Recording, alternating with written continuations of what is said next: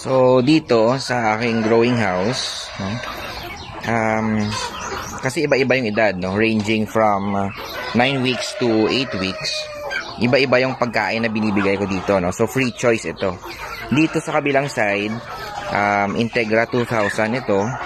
Dun sa kabila, Integra 4000, no. Para yung gusto ng Integra 2000, yun ang kanilang kakainin, no. Yung gusto 4,000, dun naman sa kabila yung kanilang kinakain. So, regardless kung kakain sila ng kabila, no, walang problema, no. Kahit yung maliit kakain ng Integra 4000, okay na lang din. At yung malaki kakain ng 2000, okay lang din, no? So, hindi tayo strict masyado dito, no? Kasi hindi pa naman sila nag-breed, no. So, yun, no.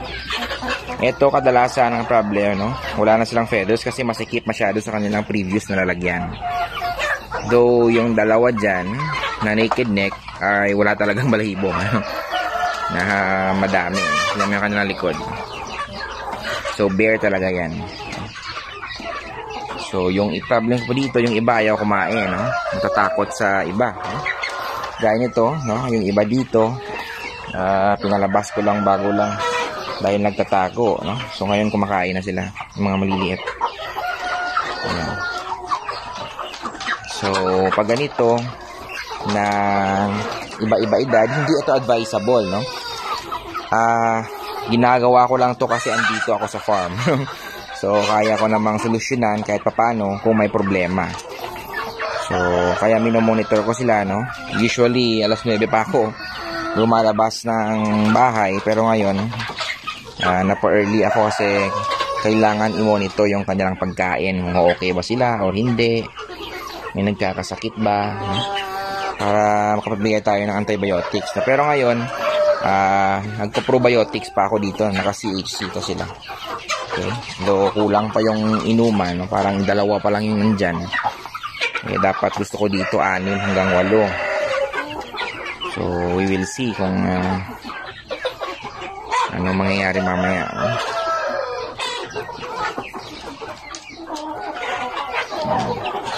Yung iba mukhang may sakit na yung itsura kasi hindi nakakain. Kailangang bantayan. Yung maliliit. Alas 8 pa lang pala ngayon, no? So medyo malamig pa. Yung iba nilalamig pa, no? First time nila itong mababa ng madami. Ayan. Tingnan nyo gano'ng kaganda yung aking KBS females. Ayan. Tadaan! Ayan, isa male. Ayan. Walang balahibo likod.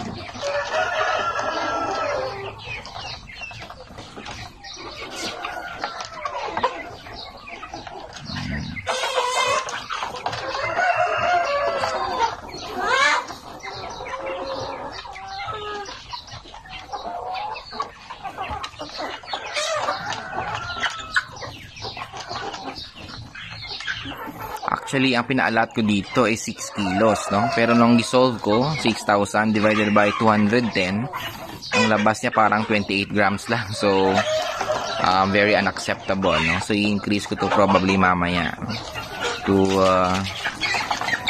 around 8 kilos, no? Yung aking ipakain dito. I-solve ko naman later. And i-observe ko syempre, no? I-observe ang kanilang performance sa feeds, no? If enough ba yung feeds for them or not. So, tingnan mo kung nakakain ba lahat o hindi. So, ma-observe mo naman yan sa kanila, no? Okay, so, yan.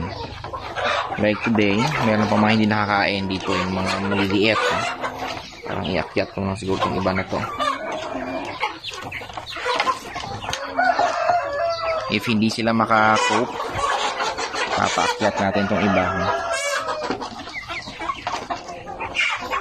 So, in farming, kailangan nandyan ka talaga, no? Para ma-observe mo sila, no? Properly. Masolusyonan mo kung may problema man. Kasi if most of the time wala ka, sometimes too late na before makita yung problema, no? So, magastos na kapag ganun. So, ito, in-observe natin, itong maliliit. Kasi kapag hindi talaga nila kayang mag-cope dito sa baba, i-aakyat natin to ulit, no? Though in a much spacious na lugar kesa sa kanilang previous na area. So again, hindi ito advisable na setup, but kung wala talagang enough na facilities, no, well, kailangan mo lang i-observe.